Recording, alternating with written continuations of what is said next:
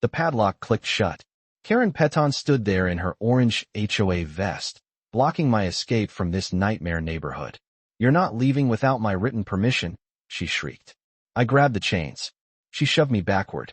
"These belong to the community now." That's when rocks started flying.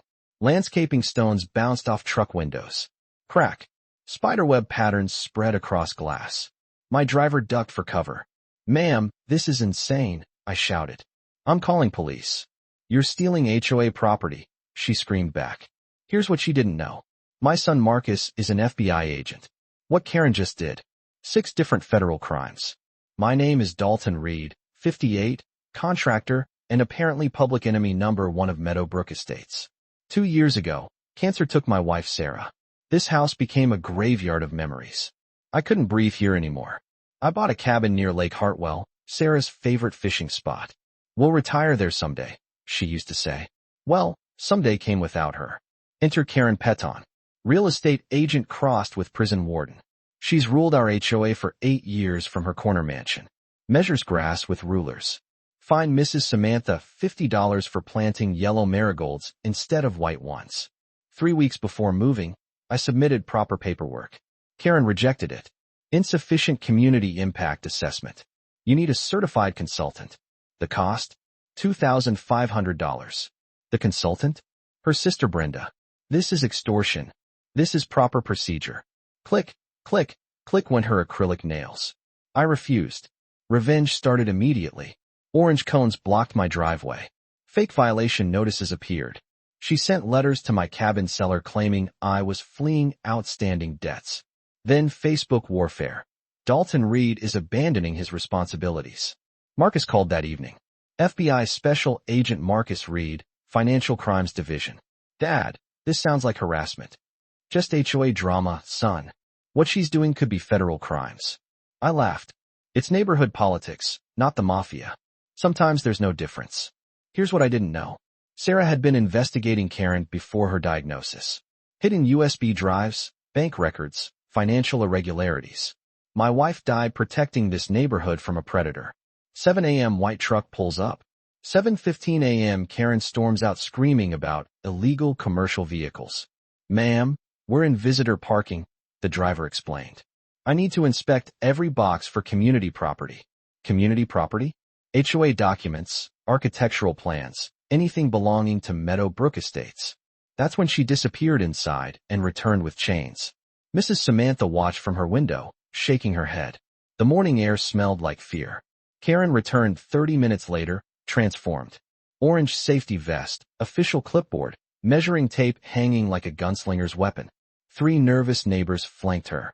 "Dalton Reed, you are in violation of Community Code Section 47B, unauthorized asset removal."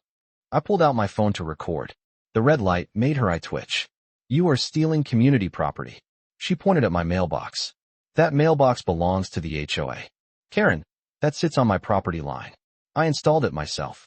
The numbers belong to us." She pulled out zip-tie handcuffs. "I'm making a citizen's arrest." The driver stepped back. "Lady, I'm not getting involved." "You're aiding a criminal," Karen shrieked. I noticed her back up, neighbors avoiding eye contact. Tom cleared his throat. Karen said if I didn't support the HOA, she'd fine me for my fence height. Mrs. Patterson whispered. She threatened to report my 12-year-old dog for noise violations. Young Dad Mike found courage. "Karen, this is wrong. You can't force us to lie." "Fine," Karen screamed. "I'll handle this myself." She lunged for my house keys. I pulled back. She grabbed my wrist. "These keys contain access to community architectural plans." "Karen, you're assaulting me on camera." The driver was filming too. "Ma'am, you offered me $200 earlier to accidentally damage his stuff. Got it all on dash cam." Karen's mouth opened and closed like a goldfish. I called 911. She immediately called 911, screaming about theft and assault. Police arrived. Officer Martinez looked tired. "Ma'am, what exactly is being stolen?" "His mailbox, house numbers, secret architectural documents." "Sir, is this your property?" "Yes, officer. Paid off mortgage, current taxes, all. Documentation in order." Martinez examined Karen's zip-tie handcuffs with amusement. "Ma'am, did you attempt to restrain this gentleman?" "Legal citizen's arrest." For what felony did you witness? Dead silence. Karen's brain visibly short-circuited. Police left with warnings about false reports. But Karen wasn't done. 2 a.m., my doorbell rang repeatedly. Karen stood there in a Party City security uniform with clipboard and flashlight. Emergency HOA inspection. Reports of unauthorized renovations. Karen, it's 2 in the morning. Section 23C allows emergency inspections. No such section existed. I slammed the door, called 911 again. By morning, 6 missed calls from the building inspector. Karen filed emergency complaints claiming I'd made dangerous structural modifications. Inspector Rodriguez found nothing. This complaint appears frivolous. While he was leaving, Karen emerged talking to her mailbox. Officers, I need to file additional charges. No officers were present. She was claiming ownership of my driveway now. For $1,880 for community correction costs. That afternoon, she escalated. The moving company received cease and desist letters from Peton Legal Services, a fake law firm Karen created. They wanted out. That evening, I discovered Karen's masterpiece. She'd changed my locks and left a note. Property secured pending HOA investigation. I was locked out of my own house. Called a locksmith. Inside, I found Karen had searched everything. But she'd made a crucial mistake. Manila envelope on my counter contained bank statements for an account I didn't recognize. HOA funds being transferred to Community Improvement Solutions, LLC, her sister's company. Sarah always said criminals hang themselves with their own rope. Karen just handed me the noose. I called Marcus. Dad, save everything. What she's doing is federal mail fraud, identity theft, and wire fraud. Marcus had been 3 steps ahead. He'd run Karen through fraud databases. She has similar complaints in 3 states. Serial HOA scammer who moves when people catch on. We went through Sarah's things. Her locked file drawer contained everything. Karen's HOA election was fraudulent. She'd never counted ballots. Sarah had documented $127,000 stolen through fake maintenance contracts. Trees that didn't exist. Pool maintenance for a pool never built. Marcus showed me Karen's property records. 7 properties bought with cash, all below market value, then flipped for massive profits. Classic money laundering. The worst discovery was Sarah's handwritten note. Karen knows I'm investigating. She offered to help with cancer treatment costs if I stopped asking questions. When I refused, she said it would be tragic if something interfered with my medical care. My wife had been threatened. Karen used Sarah's cancer as leverage. There's more, Marcus said. Mom filed a complaint with the state attorney general. They were opening an investigation when she became too sick to follow through. Mrs. Samantha knocked with cookies and a manila folder thick as a phone book. I've been documenting Karen's irregularities for 3 years. Retired IRS auditor, 42 years chasing tax cheats. Her spreadsheets showed $200,000 in systematic theft. Board Vice President Janet Morrison arrived with 3 other homeowners. We owe you an apology. We should have stopped Karen years ago.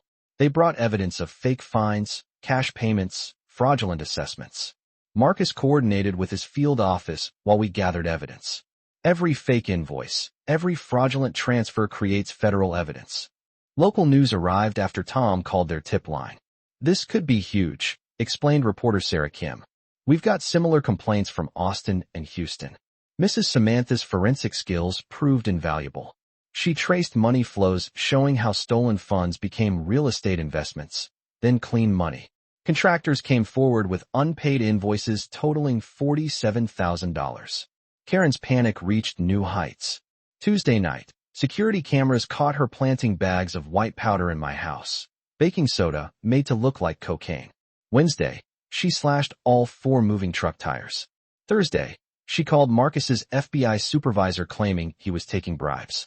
Her biggest mistake, she called the FBI's public corruption hotline, filing false reports about federal agents.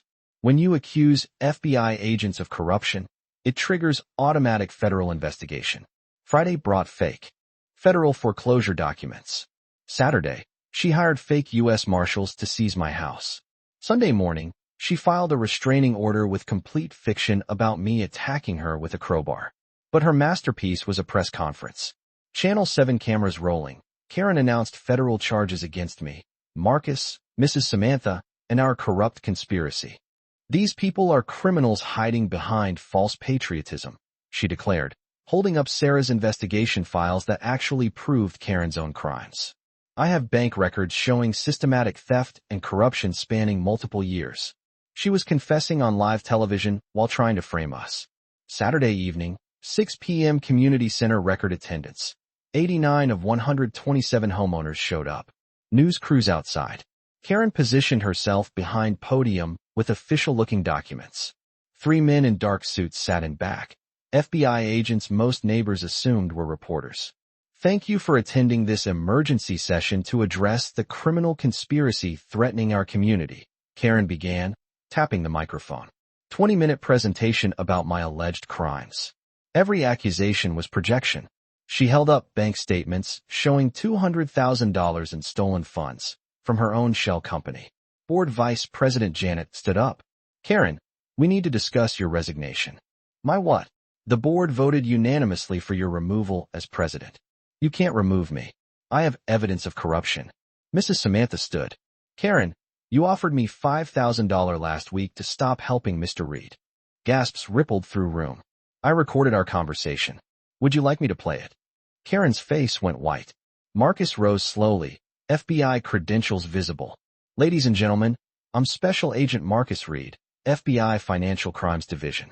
Mrs. Peton, you're under federal investigation for mail fraud, wire fraud, money laundering, and interstate racketeering. Karen tried to run.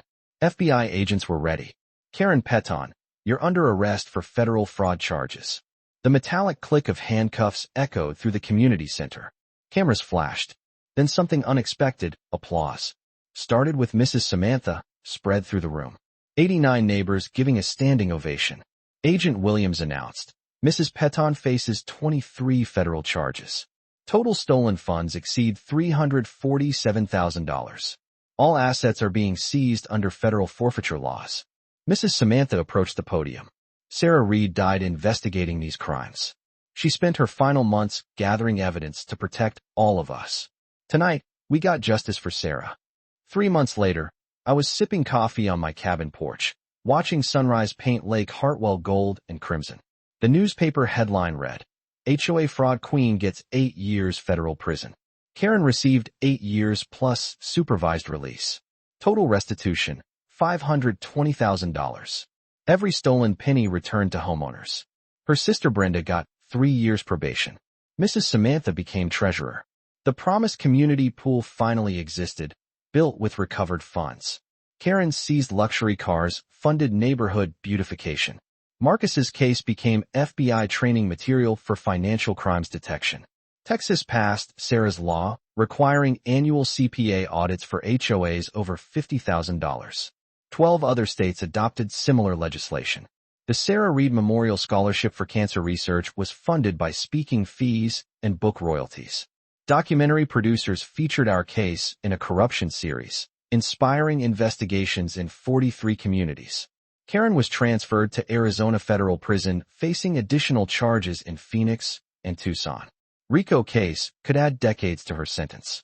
As evening painted the lake purple, I felt Sarah's presence in the gentle breeze.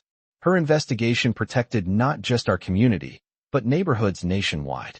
I raised my coffee mug toward emerging stars. We did it, sweetheart. Your fight changed everything.